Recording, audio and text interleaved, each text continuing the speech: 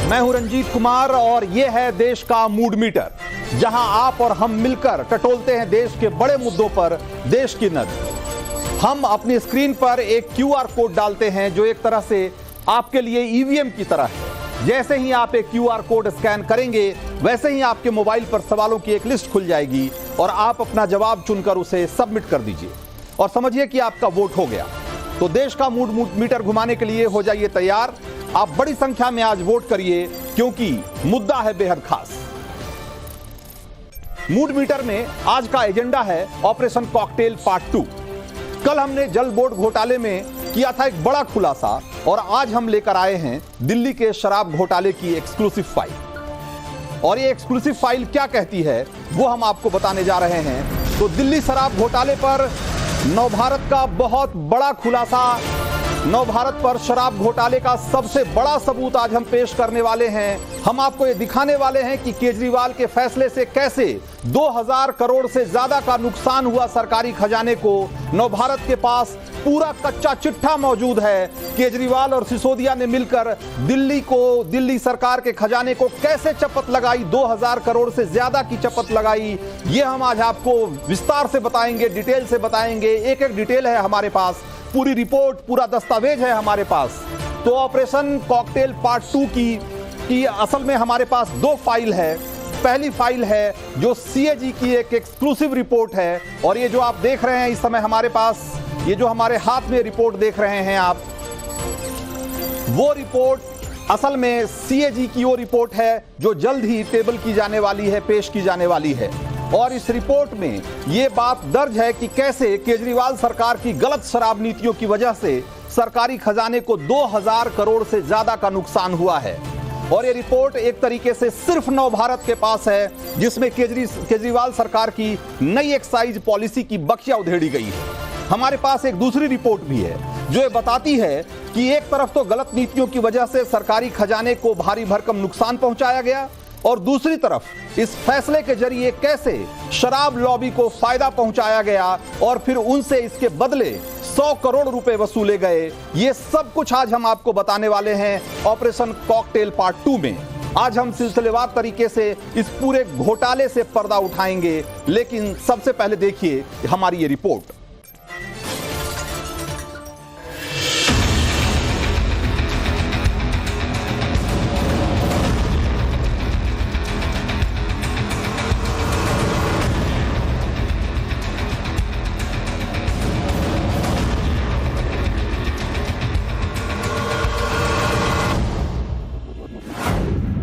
Operation cocktail part 2 में बहुत बड़ा खुलासा।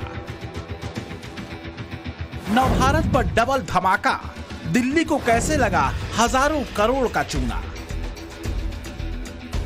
केजरीवाल सिसोदिया ने कैसे कराया दिल्ली का भारी नुकसान। लिकर पॉलिसी बनाकर आम आदमी पार्टी ने कैसे कमाए 100 करोड़।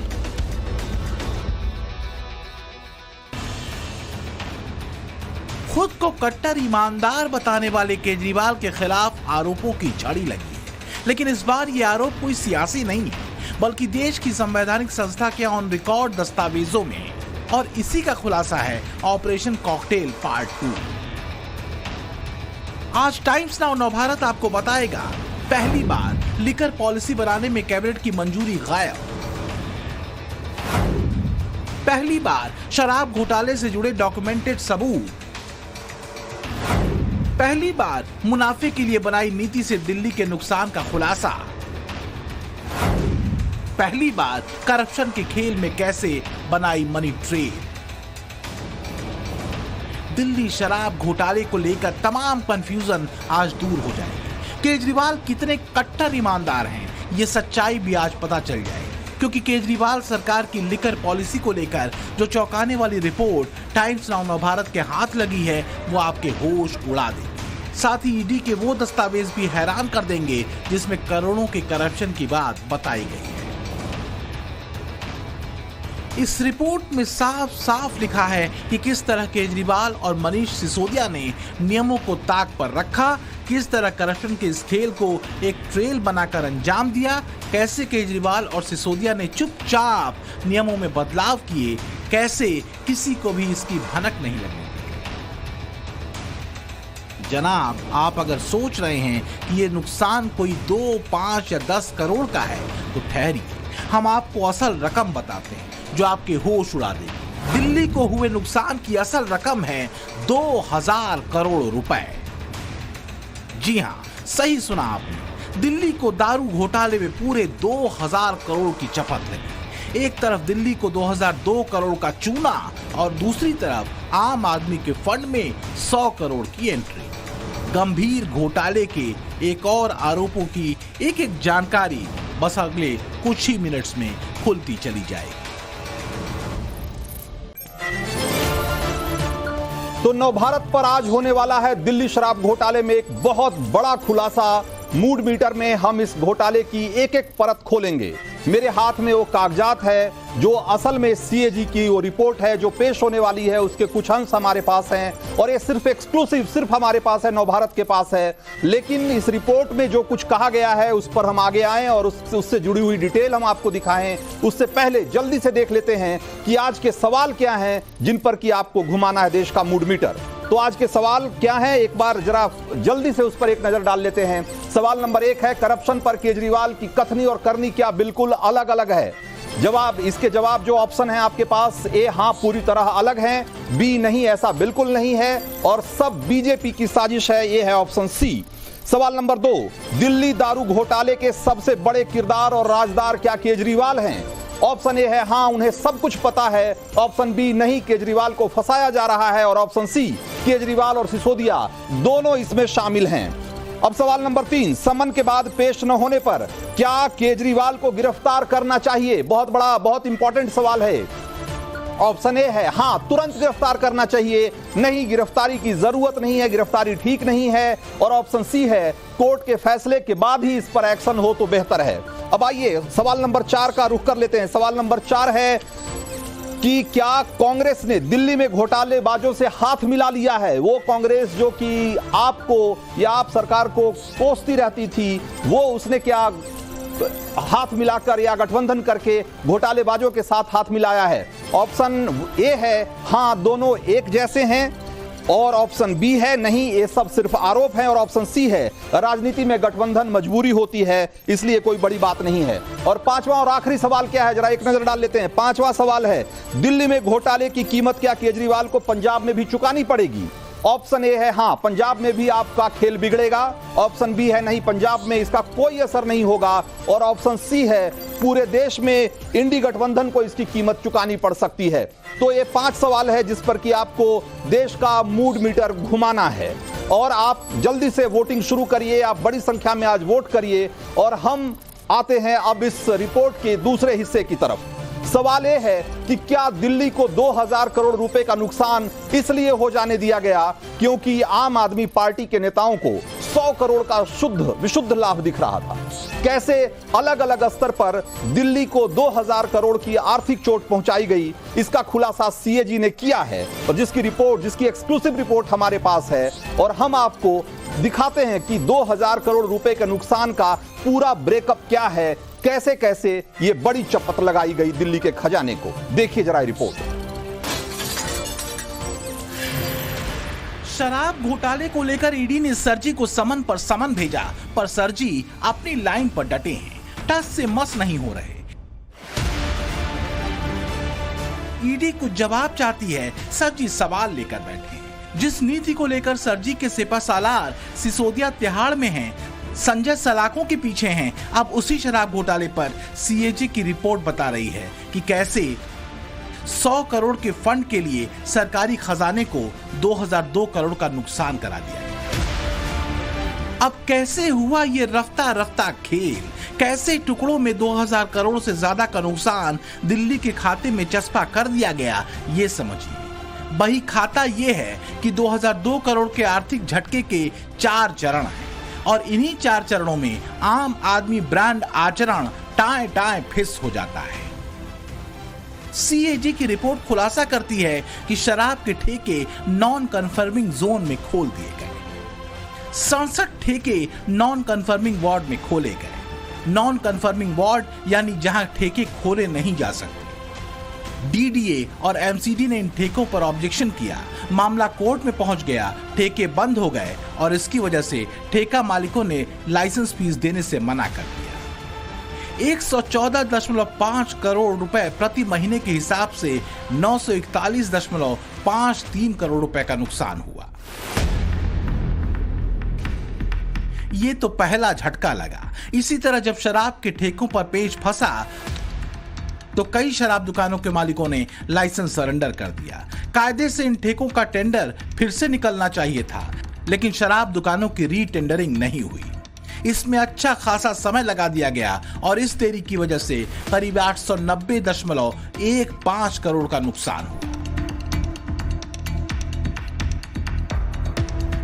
मतलब अलग ही सिस्टम चल रहा था शराब दुकानों के लाइसेंस देने के नाम पर। सबसे बड़ी बात यह थी कि इस बात पर न सरजी के सिपहसालारों का कोई ध्यान गया। क्या इसकी वजह यह थी कि नजर अटकी थी शराब के खेल में आने वाले 100 करोड़ की रकम पर? सीएजी की रिपोर्ट के मुताबिक कोविड के दौर में भी अच्छा खासा चूना सरकारी खजाने को लगा। दरअसल कोविड टाइम में चूंकि लंबा लॉकडाउन था, शराब दुकानें बंद रहती थीं, लिहाजा शराब कारोबारियों ने लाइसेंस फीस में छूट मांगी। हालांकि ऐसी किसी छूट का प्रावधान नियमों में नहीं था, लेकिन तत्कालीन डिप्टी सीएम मनीष सिसोदिया ने लाइसेंस फीस में छूट दे दी। इस छूट की वजह से करीब 144 करोड़ रुपए का नुकसान हुआ। तो हर खेल सत्ता रहा, हर खेल चलता रहा।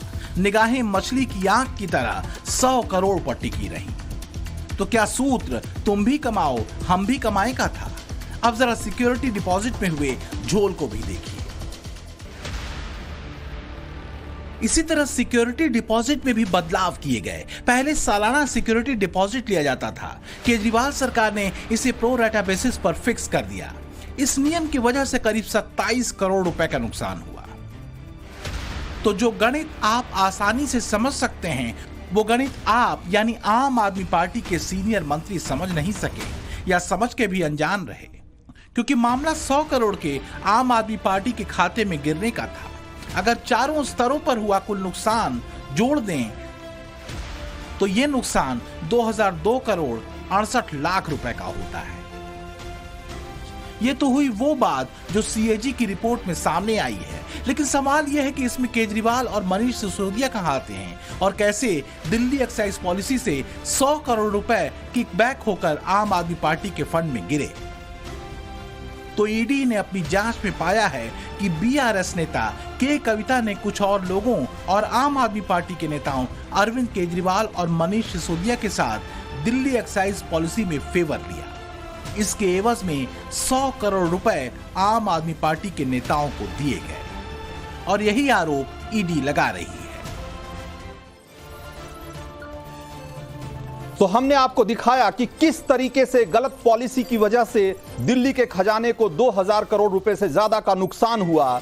गलत शराब नीति, और ये गलत शराब नीति कैसे बनी, इस गलत शराब नीति को कैसे बनाया गया, इसको लेकर के भी सीएजी रिपोर्ट में बहुत सिलसिलेवार तरीके से बातें कही गई है, जिसका खुलासा मैं आगे आने वाले डिबेट के दौरान करूंगा और मैं बताऊंगा कि इस रिपोर्ट में क्या लिखा है, कैसे बताया गया है कि सरकार ने, आप सरकार ने किस तरीके से जो एक्सपर्ट कमेटी थी उसकी सिफारिशों को नजरअंदाज करते हुए जो नई पॉलिसी बनाई, उसमें पूरी तरीके से इस बात का ध्यान रखा जाए कि जो साउथ का कार्टेल जो कि के कविता के जरिए संचालित हो रहा था, उसको कैसे ज्यादा से ज्यादा फायदा पहुंचाया जाए और उस फायदे से कट मनी के तौर पे कैसे 100 करोड़ रुपए जुटाए जाएं। क्या इस पर पूरी नजर थी? इसको लेकर के एक बड़ा खुलासा है जिस पर कि हम आने वाले डिबेट के दौरान चर्चा करेंगे।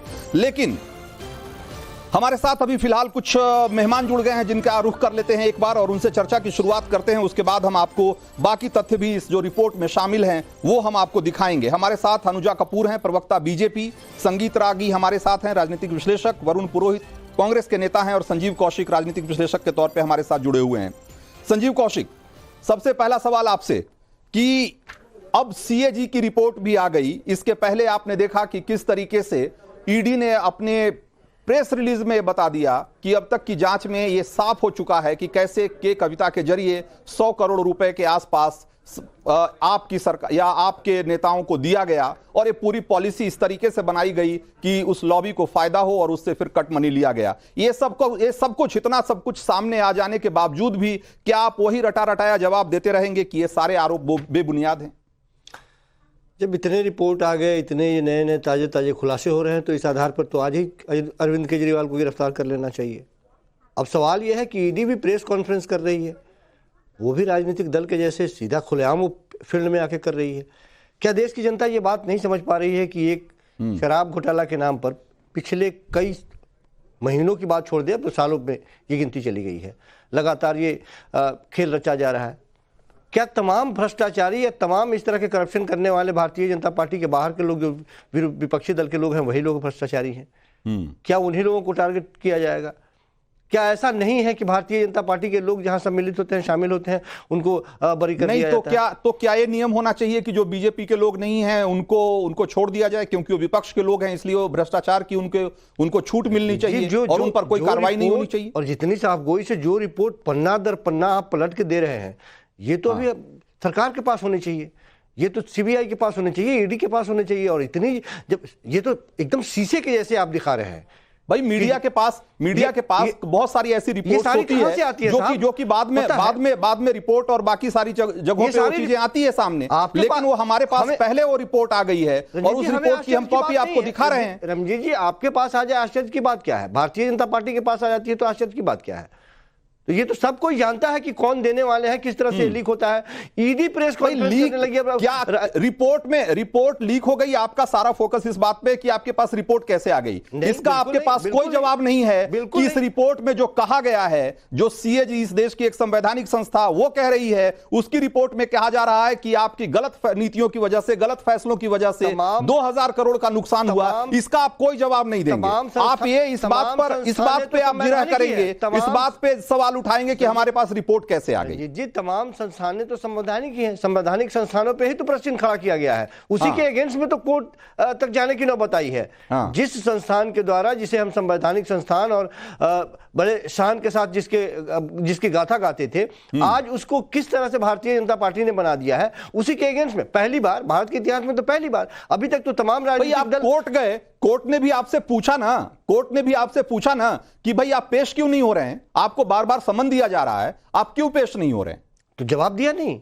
जवाब भी तो दिया गया कि पैटर्न यही बताता है कि आप पूछताछ के नाम पे बुलाते हैं। और इससे पहले के जितने लोगों को गिरफ्तार किया, संजय सिंह को किस तरह से गिरफ्तार किया, बातचीत शुरू हुई, बातचीत करते करते लगातार पीएमएलए एक की तरह आप गिरफ्तार करते हैं। तो भाई अगर आपके खिलाफ मामले बनेंगे तो क्या आपको गिरफ्तार नहीं किया जाएगा? तो कर लीजिए गिरफ्तार, हम भी तो चाहते हैं, कर लीजिए गिरफ्तार। ये बात है कि आप ये चाहते हैं कि चुनाव का मौसम में गिरफ्तारी हो जाए तो कुछ सहानुभूति वोट मिल जाए आपको। पार्टी नहीं अनुजा कपूर तो इस तरह से संवैधानिक संस्थानों का इस्तेमाल करे और कर ले गिरफ्तार। अनुजा लोगों के बीच में एक मैसेज जाए। आरोप तो लग ही रहे हैं, तमाम तरह के आरोप हैं, हमने भी दिखाया, लेकिन जवाब जो आपकी तरफ से आता है वो एकदम उसका एक स्टैंडर्ड फॉर्मेट है कि भाई आप गिरफ्तार कर लीजिए, हम पेश नहीं होंगे और ये सारे आरोप बेबुनियाद हैं। जय श्री राम। मुझे लगता है कि आरोप की बात जहां पर आती है तो वो वहां पर ये ऑलरेडी सिद्ध हो जाता है जिस वक्त अरविंद केजरीवाल जी बेल ले लेते हैं। बिकॉज एज अ लॉयर मैं आपको बता देती हूं, जब आप कोई गुनाह करते हैं, आप बेल उसी बयान पर लेते हैं, उसी गुनाह, उसी एविडेंस और उसी एक्ट पर लेते हैं। आपने बेल ले ली तो यहां पर हर मुद्दा वही फेल हो गया। जहां पर ये कह रहे हैं कि हमने कुछ नहीं किया, वहां पर अपने आप को गुनाहगार दिखाते हुए तभी तो बेल ली। और जैसे ही आपको बेल मिल गई, आप इस बात से पुष्टि कर लेते कि मैं अक्यूज्ड हूं, क्योंकि दिल्ली राउस एवेन्यू कोर्ट के अंदर भी जब जज ने अपना रिव्यू पिटिशन के अंदर जब उन्होंने बात करी तो वहां पर भी क्या लिखा था, accused Arvind Kejriwal, he should be coming into the ED summons. Agencies जब बुलाती हैं तो ये नहीं जा रहे, अक्यूज अरविंद केजरीवाल। तो यहां पर ये चीज देखनी बहुत जरूरी है कि क्या बेल उन्होंने किस बयान पे ली और उन्होंने बॉन्ड कैसे फर्निश करे। क्योंकि जब मैं किसी को लेकर जाती हूं तो वो बेल कैसे मिलती है, मुझे लगता है सबको ये पता है, और क्यों दी जाती है ये भी पता है। क्योंकि जो एक आम आदमी है, आप और मैं होंगे, तो अगर मैंने कुछ गुनाह किया है और मुझे कोर्ट बुलाएगी या मुझे ईडी बुलाएगी तो मैं वहां जाऊंगी और प्रेजेंट होंगी और अपने साथ, जैसे कि अमित शाह और मोदी जी गए सीबीआई में और वहां जाके उन्होंने पेश हुए, एक आम जनता जिसको प्रिविलेजेस नहीं है अरविंद केजरीवाल की तरह कि वो इस तरह का ड्रामा कर सके, जो अपनी गद्दी को छोड़ नहीं पाए और लोगों को कहते थे कि पहले गद्दियां छोड़ो और उसके बाद बात करेंगे जब इन्वेस्टिगेशन की बात होती है, तो अपनी गद्दी पे तो चिपक के बैठे रहे और आज जिन पैसों से इन्होंने कांग्रेस को हटा दिया, ठीक है, आज वही कांग्रेस उनके हर ठीक जगह है, पर, उनके हर सवाल ठीक है, सवाल ये भी है कि हालांकि जब इतने सारे सबूत, इतने सारे इन्वेस्टिगेशन में इतनी सारी चीजें सामने आ चुकी है, बावजूद इसके अरविंद केजरीवाल को गिरफ्तार क्यों नहीं किया जा रहा, ये भी एक सवाल है। लेकिन इस सवाल को लेकर आगे बढ़ेंगे, लेकिन उससे पहले जरा हम अपने संवाददाता का रुख कर लेते हैं। हमारे साथ अनुज मिश्रा हैं। अनुज, हमने जो खुलासा किया आज की सीएजी की रिपोर्ट बताती है कि किस तरीके से आप सरकार की गलत नीतियों की वजह से 2000 करोड़ का नुकसान हुआ। अभी तक हम सिर्फ ये जानते थे कि जिस तरीके से शराब नीति बनाई गई, नई शराब नीति बनाई गई, उसकी वजह से बहुत एक बड़े कार्टेल को बड़ा फायदा हुआ और उस फायदे में से 100 करोड़ रुपए ऐसा आरोप है कि आपके नेताओं को या उसके इलेक्शन फंड में दिया गया। अब ये नई रिपोर्ट है वो कहती है कि वो 100 करोड़ रुपए का जो किकबैक हुआ, वो जो घूस लिया गया है, वो तो एक अलग चीज है, उसके अलावा भी इसके रिपरकशन हुए, उसके अलावा भी बहुत सारी इसके परिणाम निकले और वो परिणाम उसमें से एक ये है कि 2000 करोड़ रुपए का नुकसान हुआ दिल्ली के खजाने को। अब इस रिपोर्ट के बाद, इस खुलासे के बाद आपको क्या लगता है दिल्ली की सियासत और अरविंद केजरीवाल की मुश्किलें कितनी बढ़ने वाली? जी बिल्कुल, जहां तक नुकसान की बात की जाए तो जब प्रमुख सचिव ने रिपोर्ट अपनी सौंपी थी, एलजी ने बाकायदा जो रिपोर्ट का हवाला देते हुए सीबीआई को इस पूरे मामले में लिखा था मामला दर्ज करने के लिए, उसमें भी साफ तौर पे ये दिखाया गया था कि किस तरीके से इस नीति के बनने से कितना नुकसान हुआ दिल्ली सरकार को। हजारों करोड़ का नुकसान का उसमें भी हवाला दिया गया और साफ तौर पर ये देखा गया कि किस तरीके से पॉलिसी में जो बदलाव किया गया उसका सीधा सीधा नुकसान जो है वो दिल्ली सरकार के खजाने को पहुंचता है। हालांकि जो ईडी की जांच है उससे साफ पता चलता है कि किस तरीके से इसको लेकर बाकायदा एक साजिश रची गई और ईडी ने बाकायदा इस बार अपने बयान में भी ये बात ऑफिशियल प्रेस नोट में भी, सब कुछ ईडी कह रही है, ये जब ईडी कह ही रही है अनुज, तो ये कह रही है, तो ये क्या हम ये समझें कि अब ईडी केजरीवाल की गिरफ्तारी के बहुत करीब है?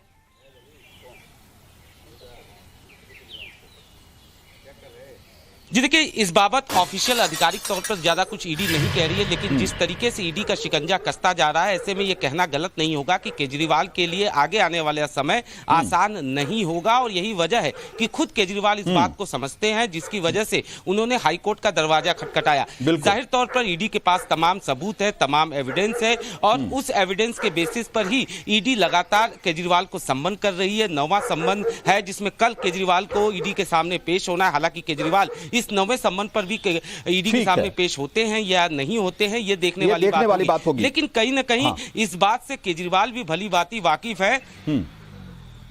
जी बिल्कुल, मैं आपके पास दोबारा आऊंगा, लेकिन एक बार फिर से जरा रुख करते हैं अपने मूड मीटर का कि देश का मूड मीटर कितनी तेजी से घूम रहा है, अभी तक कितने लोगों ने वोट किया और क्या रुझान क्या बता रहे हैं, जरा एक बार इस पर भी नजर डाल लेने की जरूरत है। हमने आपसे कई सवाल किए हैं, 5 सवाल किए हैं और उसमें से जो पहला सवाल है जरा उसका रुझान एक बार देख लेते हैं। सवाल नंबर 1 था कि करप्शन पर केजरीवाल की कथनी और करनी क्या बिल्कुल अलग है? जवाब में क्या कह रहे हैं लोग? हाँ, पूरी तरीके से अलग है, यानी कि कथनी और करनी, जो करते हैं और जो कहते हैं, दोनों में बड़ा फर्क है। ऐसा मानने वाले लोग 98% है, ऐसा नहीं है ये मानने वाले लोग सिर्फ 1.5% से भी कम हैं और सब बीजेपी की साजिश है ऐसा कहने वाले लोग और भी बहुत कम हैं, सिर्फ 1% से भी कम हैं। आप इसी से अंदाजा लगाइए कि लोगों की राय किस तरीके से इस पर किस रूप में सामने आ रही है। इसके बावजूद भी मैं जानता हूं कि ये आंकड़ा देखने के बाद भी आपके प्रवक्ता या आपके जो समर्थक हैं वो यही कहेंगे कि केजरीवाल बिल्कुल बेकसूर हैं और ये सारे आरोप बेबुनियाद हैं। लेकिन मैं आपको आज एक और रिपोर्ट दिखा रहा हूं, आपको मैं बताता हूं कि किस तरीके से जो सीएजी की रिपोर्ट है उसमें ये तो बताया ही गया है कि 2000 करोड़ का इसमें नुकसान हुआ है दिल्ली के खजाने को। साथ ही साथ इस बारे में भी विस्तार से बताया गया है कि किस तरीके से जो एक्सपर्ट कमेटी की रिपोर्ट थी उसको खारिज करके, उसमें बदलाव करके, और एक जो नई GOM बनाई गई, ग्रुप ऑफ मिनिस्टर्स की जो एक कमेटी बनाई गई, उन्होंने जो रिकमेंडेशन दिया, उन्होंने जो सिफारिश की, वो कैसे उसके जरिए एक जिस तरीके से उसको लागू किया गया उससे कैसे नुकसान हुआ, वो हम आपको बताने की कोशिश करते हैं।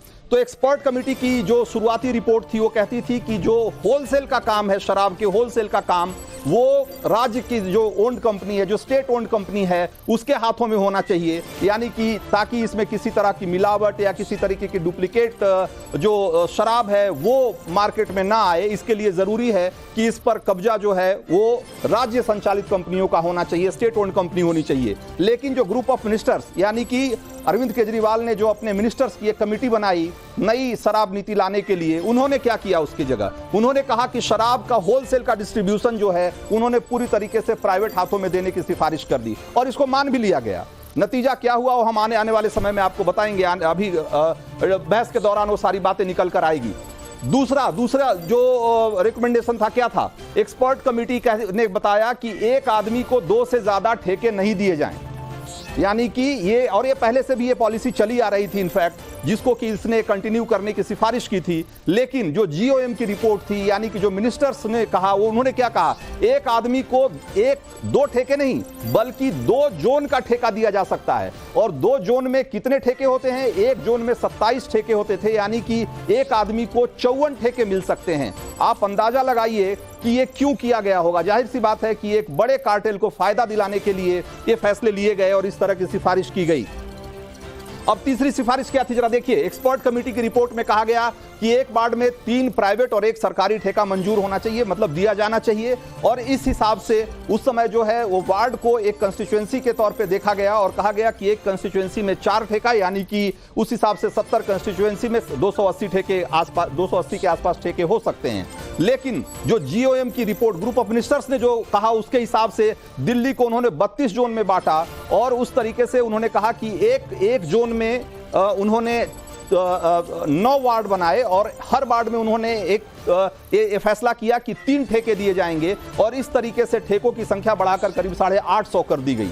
अब आप सोचिए कि कहां 280 और उसके मुकाबले 850 ठेके। आप सोचिए कि कितने बड़े पैमाने पर इस शराब के धंधे से पैसा कमाने के लिए क्या क्या किया गया। एक्सपर्ट कमेटी की जो चौथी सिफारिश पर जरा गौर करिए। उसने कहा था कि एक्साइज ड्यूटी प्रति बोतल के हिसाब से ली जाए, जो कि पहले से भी ऐसे ही ली जाती थी। लेकिन जो GOM की रिपोर्ट थी उसमें क्या किया गया? उसमें उन्होंने कहा कि नहीं, पिछले साल जितनी बिक्री हुई है उस पर 10% का इंसेंटिव लगा दिया जाए और एक बार सारा जो एक्साइज ड्यूटी है वो कलेक्ट कर लिया जाए। और उसके बाद जो रिटेलर हैं, जो होलसेलर हैं, उनको कितनी भी शराब बेचने की छूट हो और इस पर किसी तरीके से कोई ड्यूटी नहीं ली जाएगी। यानी कि कहां हर बोतल का हिसाब होना था और कहां उन्होंने एक लमसम अमाउंट लिया और उनको खुली छूट दी थी कि जितना चाहो उतना शराब बेचो दिल्ली में। उसके बाद पांचवी सिफारिश क्या थी? एक्सपर्ट कमेटी ने कहा कि खुदरा बिक्री में भी सरकारी कंपनियां शामिल होनी चाहिए, जैसा कि पहले भी था आपको, जैसा हमने पहले बताया था कि 3 प्राइवेट और 1 सरकारी कंपनी होती थी खुदरा में भी। लेकिन उन्होंने जो GOM की रिपोर्ट दी उसमें उन्होंने कह दिया कि नहीं, खुदरा बिक्री पूरी तरीके से निजी हाथों में होनी चाहिए। और वो कैसे उन्होंने कहा और कैसे उसको बांटा गया वो हमने आपको बताया कि एक आदमी को 54 ठेके लेने की छूट दे दी गई। नतीजा ये हुआ कि दिल्ली में एक मोनोपोली क्रिएट हुई, एक बड़ा कार्टेल क्रिएट हुआ, जिसने कि दिल्ली से बहुत बड़ा पैसा कमाया इस तरीके से शराब बेच करके। और जो बड़ी कमाई थी उसका एक बड़ा हिस्सा आपको इलेक्शन फंड में दिया गया या आपके नेताओं तक पहुंचाया गया। ये आरोप है ईडी का और ईडी ने बाकायदा प्रेस रिलीज जारी करके ये बताया है कि कैसे जो पैसे कमाए गए गलत तरीके से उसको आपके नेताओं तक पहुंचाया गया। संगीत रागी, ये लगातार खुलासे हो रहे हैं, लगातार नए तथ्य, नए फैक्ट्स आ रहे हैं। बावजूद इसके आपके प्रवक्ता जब भी आते हैं हमारे डिबेट में, उनका एक रटाया बयान होता है कि ये सारी बातें बेबुनियाद है, अगर ऐसा है तो गिरफ्तार कर ले। भाई अगर लगता है आपको कि ये सही अप्रोच है, सही जवाब है? देखिए रंजीत जी, ये दूसरा बहुत बड़ा खुलासा आपने किया है। जब शीश महल का खुलासा आपने किया था तो अरविंद केजरीवाल ने जो एक आवरण ओढ़ रखा था, मैं उसे बार बार कहता हूं, ईमानदारी का जो बुर्का था, उसे नवभारत टाइम्स के उस समय ने एक्सपोज कर दिया था, उसे उतार दिया था।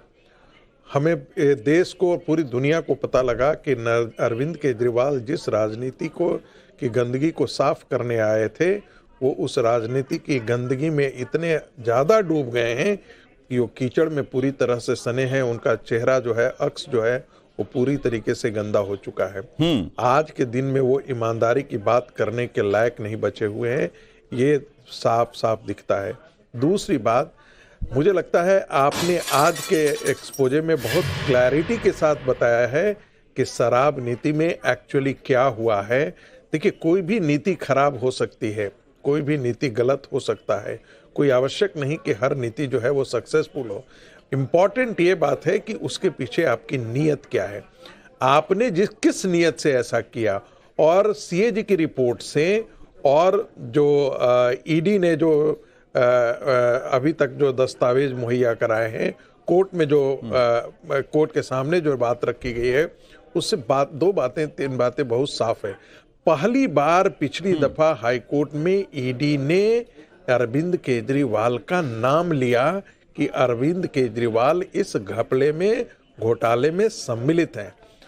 महत्वपूर्ण बात है कि कोर्ट ने कहा कि भाई मनी ट्रेल, शुरू में ऑब्जर्वेशन जरूर दिया था कि मनी ट्रेल का कोई है हिसाब या नहीं है, आपके पास सबूत है या नहीं, और ये ट्रायल कोर्ट में टिक पाएगा या नहीं टिक पाएगा, ऐसी एक प्रकार की संभावना व्यक्त की थी। लेकिन बाद में मनी ट्रेल को कोर्ट ने एक्सेप्ट किया है, ये ध्यान देने जरूरी बात है। अरविंद केजरीवाल बहुत अच्छी तरीके से जानते हैं कि वो फंस चुके हैं। अरविंद केजरीवाल इसलिए ईडी का समन को विरोध कर रहे हैं ताकि ईडी जो है उनके घर जाकर के और उनको पकड़ करके उनको जेल में डाले। ऐसा करने से वो राजनीतिक नफा नुकसान देख करके वो राजनीतिक लाभ लेना चाहते हैं, चुनावी यस, बिल्कुल बिल्कुल सही कहा आपने कि चुनावी सीजन में उसे भुनाने की कोशिश करेंगे, फायदा होगा। लेकिन वो ये भूल जा रहे हैं कि ये एक ऐसा चीज है जो करप्शन का मुद्दा ऐसा है जिसमें कोई सिंपैथी वेव नहीं होती है। बिल्कुल संगीत रागी, इसी सवाल का जवाब जो सवाल हमने आपसे किया, उसी सवाल का जवाब हमने लोगों से भी जानना चाहा। और जैसा कि हमने आपको बताया कि मूड मीटर में सिर्फ हमारी आपकी बात नहीं, बल्कि लोग क्या सोचते हैं, आम आदमी क्या सोचता है इसको लेकर, उस पर भी हम चर्चा करते हैं और वो भी हम आपको दिखाते हैं। तो क्या कह रहे हैं लोग, जरा सुनिए। सवाल नंबर 2 के जवाब में, सवाल नंबर 2 हमारा ये था कि दिल्ली दारू घोटाले के सबसे बड़े किरदार और राजदार क्या केजरीवाल हैं? लोग कह रहे हैं, 75% लोग कह रहे हैं कि जी हां, उनको सब कुछ पता है और केजरीवाल सब जानते हैं। नहीं, केजरीवाल को फंसाया जा रहा है, ऐसा मानने वाले लोग 2% से भी कम हैं। और केजरीवाल और सिसोदिया दोनों शामिल हैं, ये मानने वाले लोग 22% हैं। अगर उस हिसाब से देखें तो 2% को छोड़ दिया जाए तो बाकी सारे लोग ये मानते हैं कि इसमें केजरीवाल और सिसोदिया दोनों शामिल हैं और इन्हें एक तरीके से इसके लिए जिम्मेदार माना जा रहा है। सवाल नंबर 3 भी एक बार रुझान देख लेते हैं। सवाल नंबर 3 में हमने पूछा कि समन के बाद पेश न होने पर क्या केजरीवाल को गिरफ्तार कर लेना चाहिए? ये वो सवाल है जिसको कई दिनों से पूछा जा रहा है कि गिरफ्तारी क्यों नहीं हो रही है अगर इतने सारे सबूत हैं तो। लोग क्या कहते हैं? लोग कह रहे हैं कि हां, तुरंत गिरफ्तार करना चाहिए। ऐसा मानने वाले लोग करीब 100% लोग हैं। 98.7 यानी कि करीब 99% लोग मानते हैं कि हां, उनकी गिरफ्तारी तुरंत होनी चाहिए। और गिरफ्तारी नहीं हो ऐसा मानने वाले लोग 1% के आसपास हैं। आप इसी से अंदाजा लगाइए, कोर्ट के फैसले का इंतजार हो, उसके बाद एक्शन हो, ऐसे मानने वाले लोगों की संख्या भी बहुत कम नहीं के बराबर है। तो आप समझिए कि किस तरीके से एक तरफा जनमानस है इस सवाल पर कि क्या केजरीवाल की इस मामले में गिरफ्तारी होनी चाहिए या नहीं होनी चाहिए। इस जनमानस के साथ वरुण पुरोहित, आपने जब देश ऐसा सोच रहा है, आम लोग ऐसा सोच रहा है, तो आपने केजरीवाल से हाथ मिला के उनके साथ चुनाव लड़ने का फैसला किया है। क्या आपको लगता है कि आपने गलत फैसला किया? रंजीत कुमार जी, सबसे पहले तो अमल की एकादशी की आपको शुभकामनाएं। जी शुक्रिया। इसको अमल न समझा जाए, राजस्थान में अमल अफीम को कहते हैं, वो न समझा जाए। देखिए, पब्लिक की बात आपने की, पब्लिक में एक परसेप्शन हो चुका है सेंट्रल एजेंसीज के लिए कि वो बदनाम हो गई बॉन्ड परिवार के लिए, सारी सेंट्रल एजेंसियां। मैं बात कर रहा हूं, देखिए पूंजीवाद के इस दौर में कोई भी आदमी फ्री में चुनाव नहीं लड़ सकता। बीजेपी की रैलियां या जितने भी प्रोग्राम कराते हैं फ्री में नहीं हो रहे, ये भी कहीं ना कहीं से चंदा या पैसा किसी ना किसी रूप में लेते हैं। जो कई घोटाला करके पैसा नहीं लेता कोई साहब, और घोटाला करके अगर पैसा लेगा, घोटाला करके पैसा लेगा तो उसकी सजा होगी। आप ये कह रहे हैं कि इन्होंने पैसा लिया घोटाला करके तो ठीक है? हाँ, मैंने कहा ना, मेरी बात तो सुन लो, आप मेरे को बोलने ही नहीं दे रहे हो। मैं कह रहा हूं आपका इन्वेस्टिगेटिव जर्नलिज्म मीडिया का है, बोलिए ना, बोलिए ना। मीडिया जुडिशरी चला रही है पॉलिटिकल सिस्टम को, सबसे बड़ी बात है, क्योंकि सारी पार्टियां जो हैं वो एक तरह से दूध की धुली हुई नहीं है। अब आप बात करो केजरीवाल वाले मैटर की, देखिए पब्लिक एक्सचेकर को अगर कोई चूना लगाता है तो डेफिनेटली क्राइम है। और बीजेपी में जैसे भ्रष्टाचारियों के आरोप लगते हैं, बीजेपी में जाए क्लीन चिट, अभी केजरीवाल बीजेपी में चल जाए तो क्या क्लीन चिट दे देंगे क्या? दूसरी बात जो प्रक्रिया की है, ईडी आम आदमी भ्रष्टाचार करता है तो आपने भी क्लीन चिट दे दिया। 10 संबंध नहीं, वो आपके साथ मिल गए तो आपने भी क्लीन चिट दे दिया फिलहाल उनको। मेरी बात तो सुन लो आप। नहीं, आप ही कह रहे हो, मैं तो आप ही की बात से जी उस पर भी आ जाऊंगा, मेरी बात तो सुन लो रंजीत कुमार जी। मेरे आप जनता की सुन रहे हो, मैं भी जनता का ही आदमी हूं, मैं उस पर भी आ रहा हूं, लेकिन प्रक्रिया पे प्रश्न चिन्ह है। इतने समय तक आप संबंध देती जा रही है ईडी, आम आदमी भ्रष्टाचार होता है तो उसके लिए बैठी रहते हैं कोई भी संस्था 1 महीने 1 साल तक कि भाई हम पकड़ेंगे इसको, ईडी देंगे। दूसरी जो सम्मन की प्रक्रिया है, आप बताइए इतने सम्मन किसी आरोपी को, और आपने देखा टेनी का बेटा जो मर्डर आरोपी, कभी मर्डर आरोप में देखा सम्मन देते हैं आपको? पुलिस फट उठा लेती है रात में भी जाके। तो ये जो देश की प्रक्रिया चल रही है देश के अंदर पिछले 10 साल से, मैं उस पर प्रश्न चिन्ह उठा रहा हूं। रही बात कांग्रेस ने समझौता क्यों किया केजरीवाल से, देखिए बीजेपी ने भी किस किस से समझौते नहीं किए। पीडीपी से जीडीपी बढ़ाई, कश्मीर में फिर तोड़ दिया, और अभी कितने कितने भ्रष्टाचारी आरोप लगाते थे उसमें ले लिए। तो ये पॉलिटिकल कन्वीनियंस के अनुसार समझौते होते हैं। ये सारी पार्टियों के लिए, कांग्रेस को आरोपित मत करिए इस बात में। और कांग्रेस ने इसलिए समझौते आपने मान लिया कि चूंकि ये राजनीतिक जरूरत है इसलिए हमने हाथ मिला लिया, तो इसको बिल्कुल अदरवाइज नहीं देखा जाना चाहिए, उनके सारे पाप धुल जाते हैं। तो आप फिर तो ये आरोप कल को बीजेपी पे नहीं लगाएंगे ना, जो आप वॉशिंग मशीन वाली बात कहते हैं। फिर तो आप भी उसी खेमे में आप भी खड़े हैं। नहीं, बीजेपी तो सारे कांग्रेस के आदमी लेकर, सारे जो जिन पे आरोप लगाती लेके चल रही है, खुद का तो सामान ही नहीं है, खुद की मैन्युफैक्चरिंग फैक्ट्री नहीं लीडरशिप की।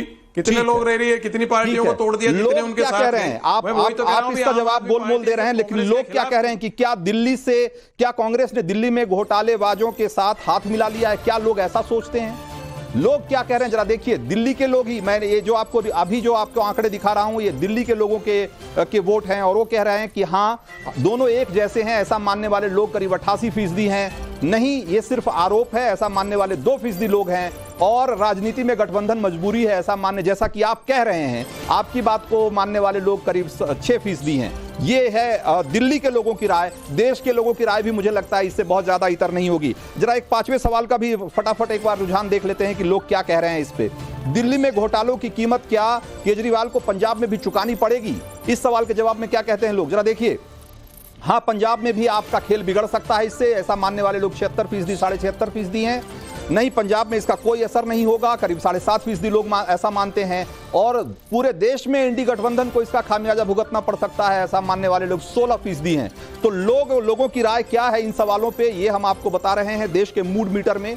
हमारे और हमारे पैनलिस्ट के अलावा लोगों की राय भी बहुत महत्वपूर्ण है। आप लगातार वोट करते रहिए इस मुद्दे पे। एक बार संगीत रागी का और रुख करते हैं। संगीत रागी, आप बहुत देर से कुछ कहना चाह रहे थे, संक्षेप में बोलिएगा, समय बहुत कम है। देखिए, मैं मानता हूं कि जो ईडी का जो समन है, मुझे लगता है क्या जो रूल ऑफ लॉ है और इक्वलिटी प्रिंसिपल है, वो सब्सटेंस और प्रक्रिया दोनों पर लागू होती है। एक सामान्य व्यक्ति होता तो उसे 9 समन नहीं भेजा जाता, 1 समन और 2 समन के बाद यदि वो हाजिर नहीं होता तो उसे गिरफ्तार कर लिया जाता। इसलिए अरविंद केजरीवाल के वाकई यदि ईडी के पास सब्सटेंशियल प्रूफ है तो उस अरविंद केजरीवाल को बिना देर किए हुए तुरंत गिरफ्तार किया जाना चाहिए। संजीव कौशिक, नहीं तो यही स्ट्रेटजी आप लोगों ने बना रखी है कि गिरफ्तारी के अलावा, और वो भी उनके घर से गिरफ्तार कर ले अगर ईडी, ताकि वो अपने को बता सकें इस चुनावी मौसम में कि भाई देखो हमारे साथ क्या जोर ज्यादती हो रही है। क्या आप लोगों ने यही स्ट्रेटजी बनाई है या कुछ और है? पहले यहाँ तय कर लिया जाए कि आखिर कहना क्या चाहते हैं। क्या इसलिए गिरफ्तार नहीं की जा रही है कि राजनीतिक लाभ मिलने लगेगा उनको, राजनीतिक लाभ ले लेंगे वो, इसलिए गिरफ्तार नहीं की जा रही है? और रागी जी कह रहे हैं कि गिरफ्तार कर लेना चाहिए। रागी जी कह रहे हैं कि उनका चेहरा गंदा हो चुका है। अरे साहब, देश के प्रधानमंत्री जब उंगली उठा के कहते हैं कि 70,000 करोड़ भ्रष्टाचारी ये आदमी है, और पता चलता है कि 3 दिनों के बाद में उप मुख्यमंत्री बना देते हैं अपने ही पार्टी की सरकार में, तो भ्रष्टाचारी कौन है? भ्रष्टाचारी को आत्मसात करने वाला कौन है? हलक से नीचे उतरता कैसे है, उसके बारे में बात नहीं करेंगे।